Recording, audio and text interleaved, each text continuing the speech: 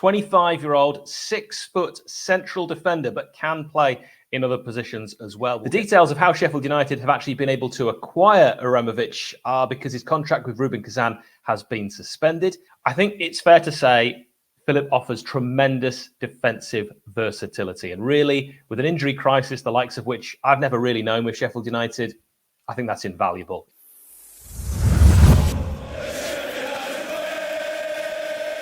Welcome, Blades fans. It's another video with a new signing that perhaps we weren't all expecting to be making, given that the transfer window has closed. My name is Hal. This is the Sheffield United way. And today we're going to be looking at Croatian defender FILIP UREMOVIC. I am reliably informed that is how his surname is pronounced. The Philip bit I was okay with. But FILIP UREMOVIC, I'll keep having a few stabs at that. 25-year-old, 6-foot central defender, but can play in other positions as well. We'll get to more of that as the video goes on.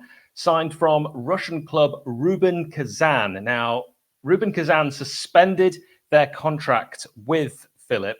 The conflict with Ukraine has impacted Russian-based players, and the Croatian international with 6 caps has therefore been allowed to sign for the Blades until the end of the season. He was Rubin Kazan's captain until December of last year. He became the first Croatian, because of this signing, to represent Sheffield United. I mean, maybe we should wait till he puts a foot on the grass, but you know what I mean.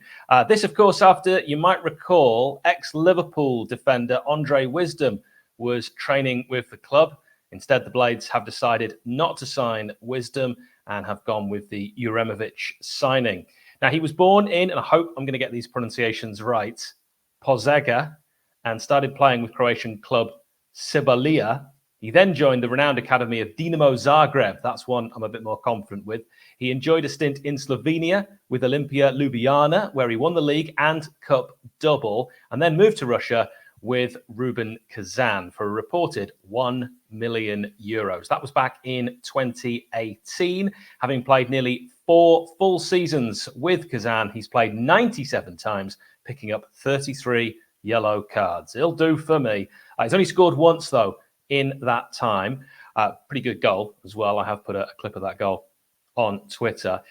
Let's look at his strengths. Now, this is one of the things I like to do with new signings. I don't tend to like to look at weaknesses. I don't feel that's always that fair. However, I have been caught out with looking at strengths a little too much.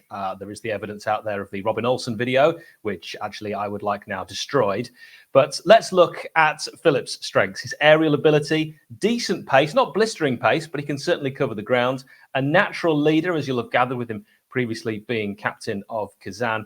Excellent at reading the game, tremendous work rate, good positioning. He's known for his tough, no-nonsense approach. There were some clips I saw of him, and it was reminiscent of Chris Morgan, hoofing the ball into the stands when necessary. No dilly-dallying, which is, I think, something a lot of us want to see. Bravery, a real team player. He also isn't averse to bringing the ball out from the back. He can run with it. That's something I think we want to see from a man who can properly defend, but can also bomb forward. As we know, we like to play that way from time to time. Uremovic was capped for the first time in 2020 in the Nations League. That was a contest against France, so no slouches. He won 5 of his 6 caps for his national side, playing at right back, with the most recent inclusion in the squad coming earlier this season. That was in October 2021. He also, this is quite handy, speaks fluent English, as you'll no doubt have seen from his interview with the club. Now, United knew a lot about Philip for a number of years, as far back as when he was playing in the Croatian under-21 side. He was a player considered before United actually brought in Panos Retsos, the Greek defender. That was back, of course, in 2020. But I think that's where the comparison should end. The only similarity between those two is they are defenders. That is it. I think this is very unlikely this will be a repeat of the Retsos experiment.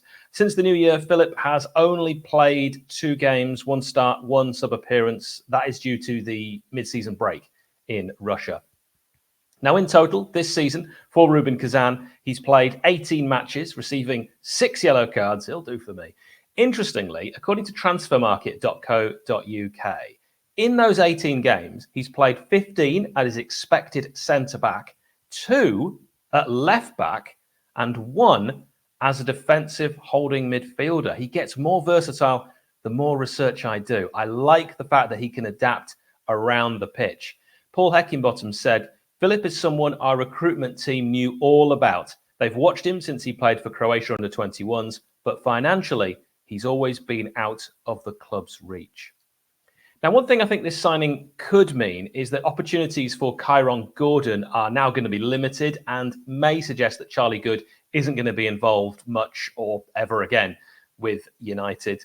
Filip could play at a right-sided centre-back position, that Basham role, or right wing-back, and that could be really useful. We know Bogle is out, and at time of recording, George Baldock isn't at 100% full fitness. That could be useful. Femi Siriki also has gone on loan to Boston. I think it's fair to say Filip offers tremendous defensive versatility. And really, with an injury crisis, the likes of which I've never really known with Sheffield United, I think that's invaluable. 11 first-team players actually being out injured is, well, it's something else. So bringing this guy in, I think, makes a lot of sense. His career record suggests he's more of a stopper than a goal-scoring defender, but who knows how he'll adapt to the English game. It might be just perfect for him. Uremovic, on his game, has actually said, I'm a central defender. I'm an aggressive player, and I think I can help this team a lot. Of course, in England, the football is a little bit different, but I think I will adapt very quickly, and I hope to help the team. The details of how Sheffield United have actually been able to acquire Uremovic are because his contract with Rubin Kazan has been suspended. He can therefore sign for another club. The rule, which came into effect on the 7th of March for foreign players playing in Russia, is a new rule. He is due to return to Russia on the 30th of June, but that could be extended. Let's see what happens. The transfer is permitted under the terms of a new directive issued by football's most powerful governing body. We are paying him a salary, the details of which have not been revealed as yet. I doubt they ever will. The deal was done on Saturday, the 19th of March, which allowed him to watch the Blades 2-0 win against Barnsley at Bramall Lane. But the club waited until Thursday, the 24th of March, to actually announce this deal. And there are a few rumours around about why the club decided to do that. Some people talking about how they were very clever to utilise this loophole. One of the first clubs, if not the first, to actually do this for foreign players who've had their contracts suspended in Russia because of the conflicts going on. So let's see how he actually adapts to play, because he hasn't had too much time, as the Blades fans love saying at the moment, on the grass.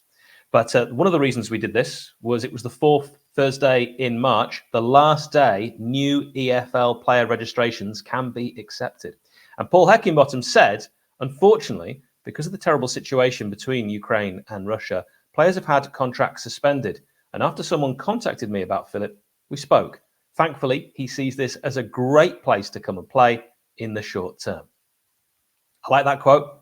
Maybe short-term becomes longer, because there are some people lobbying officials in Zurich to allow overseas players registered with Russian football clubs to effectively declare themselves as free agents. I've no idea if that will happen. Assuming that doesn't happen, his transfer market value is listed on a number of websites at €7 million, so around £5.8 million, give or take.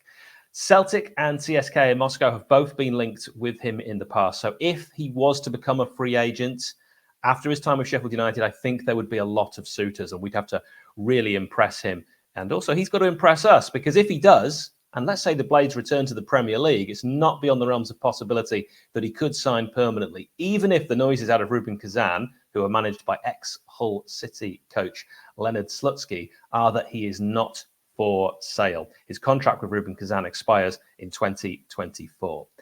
I think it goes without saying. We wish him well. Hopefully, he steps in quickly, despite his lack of recent game time, adjusts to the rigours of the Championship, and helps the Blades to promotion during what will be 3 months, maybe more, with the club. No Filip Fulop jokes, please. Good luck, Filip Uremovic, or Remo, as I think I'm just going to call him from now on.